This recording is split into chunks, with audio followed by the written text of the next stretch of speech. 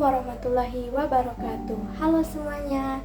Sebelumnya, perkenalkan saya Yolanda Wulandari dengan NPM A1A 022050 kelas 5B dari Program Studi Pendidikan Bahasa Indonesia Universitas Bengkulu.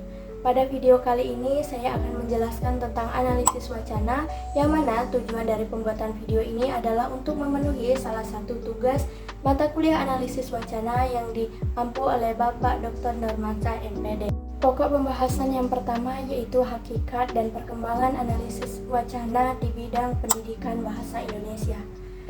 Pertama-tama kita harus mengetahui hakikat wacana. Nah, menurut Krida Laksana pada tahun 2005 pada halaman 259, wacana atau diskurse merupakan satuan bahasa terlengkap dalam hierarki gramatikal, merupakan satuan gramatikal tertinggi atau terbesar.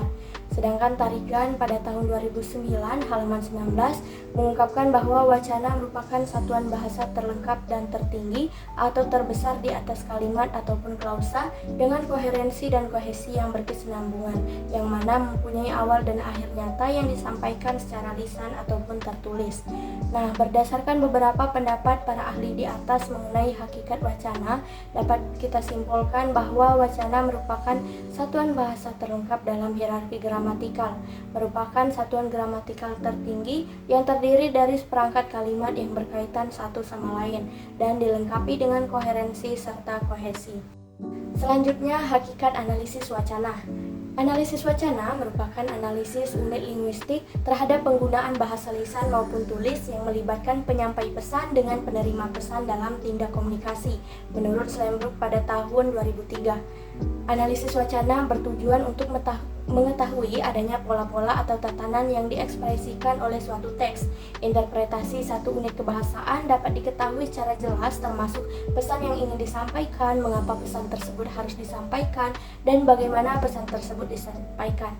Secara singkat, kajian analisis wacana adalah analisis unsur-unsur kebahasaan dalam penggunaan bahasa lisan dan bahasa tulisan dalam kaitannya dengan pembicara, yakni pembicara atau penulis dan penerima, bisa pendengar ataupun pembaca dalam tindak komunikasi, menurut Slembrug pada tahun 2003. Selanjutnya, perkembangan analisis wacana di bidang pendidikan bahasa Indonesia.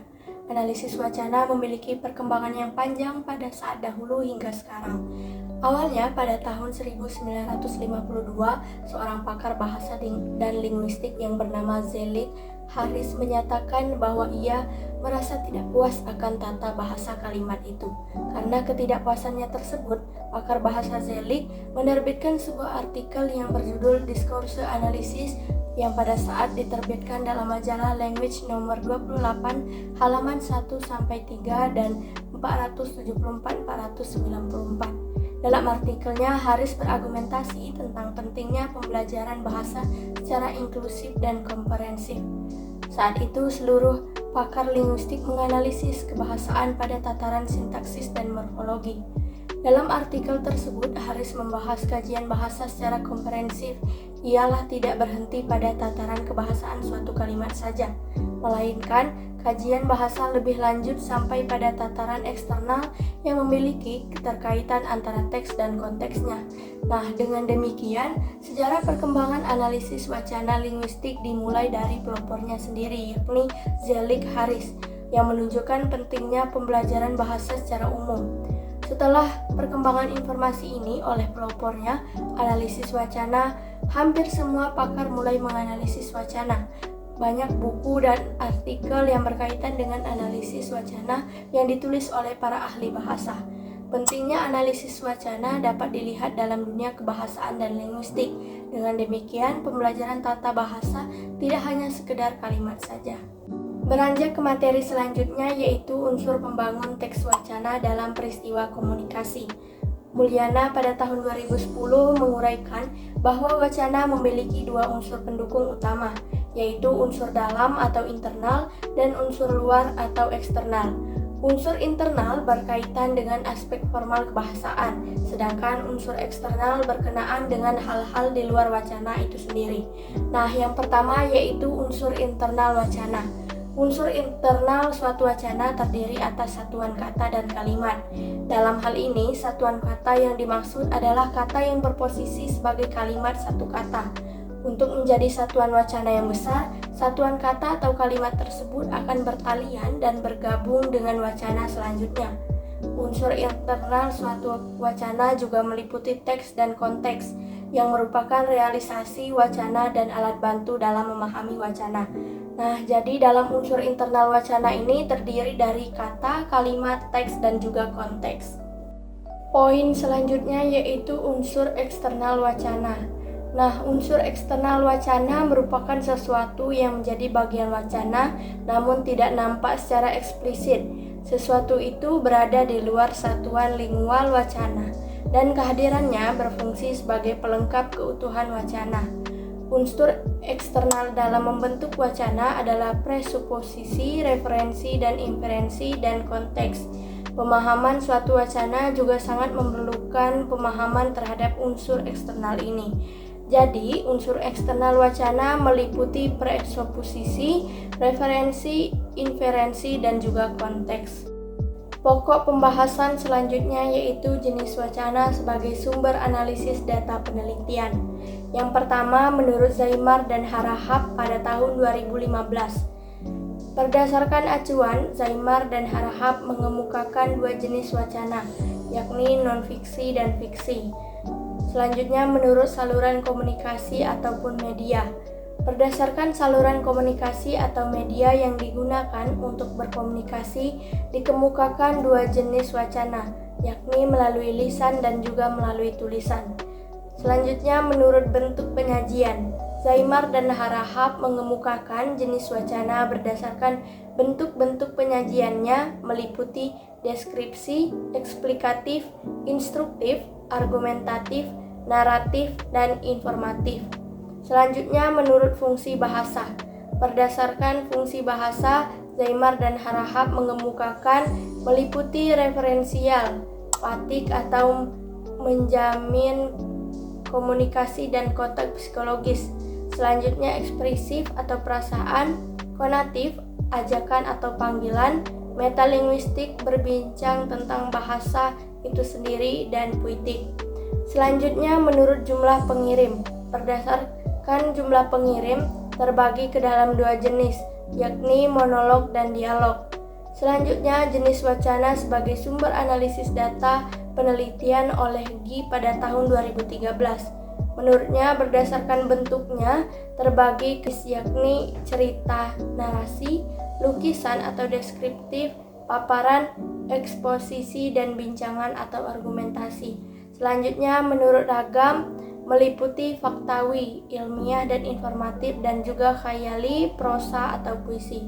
Selanjutnya, menurut jenis, meliputi alamiah dan fiksi. Selanjutnya, jenis karangan yang meliputi wacana ilmiah, kependidikan dan penelitian, serta wacana informatif, kisah, laporan, ringkasan, dan juga ulasan.